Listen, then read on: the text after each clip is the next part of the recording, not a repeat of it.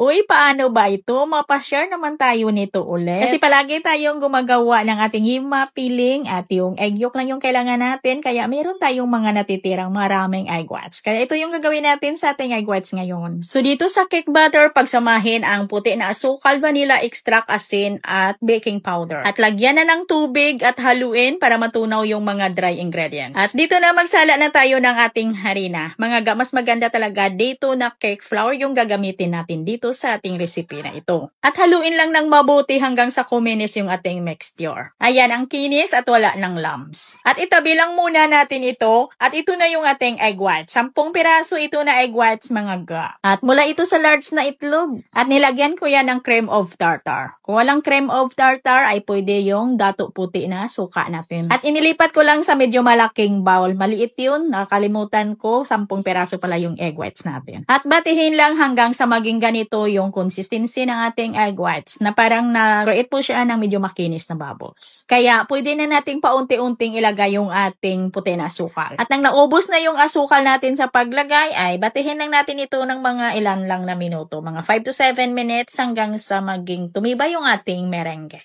or yung ating egg whites. At ihalo na natin ito sa ating cake batter mixture. At hatiin lang natin sa 3.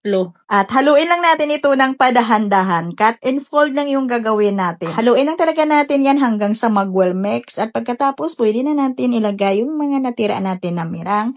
At ganun lang, haluin lang ng mabuti ng padandahan hanggang sa ito'y mag-well combine. At para malambot na malambot talaga yung ating photo cake na yung alakuton, ay kailangan po huwag lang natin itong ma-overmixing, ha? Pag napapansin po natin wala na tayong nakikita na cake batter na well mix na, ay tama na ho yan. Pwede na natin yung ilipat sa ating mga cupcake liner. At gumamit lang ako dito ng mamon molder at nilagyan ko ho yan ng 2 ounce na sizes ng ating cupcake liner. At sa puntong ito mga palangga ay kailangan ay nakapag-preheat na tayo ng ating oven kasi ay isa lang natin ito agad at kailangan ay mainit na yung ating oven bago natin ito isalang. At dito nga sa ating toppings ay hindi na ako naglagay ng salted egg. Ay grated cheese na lang yung nilagay ko at isalang na natin ito agad.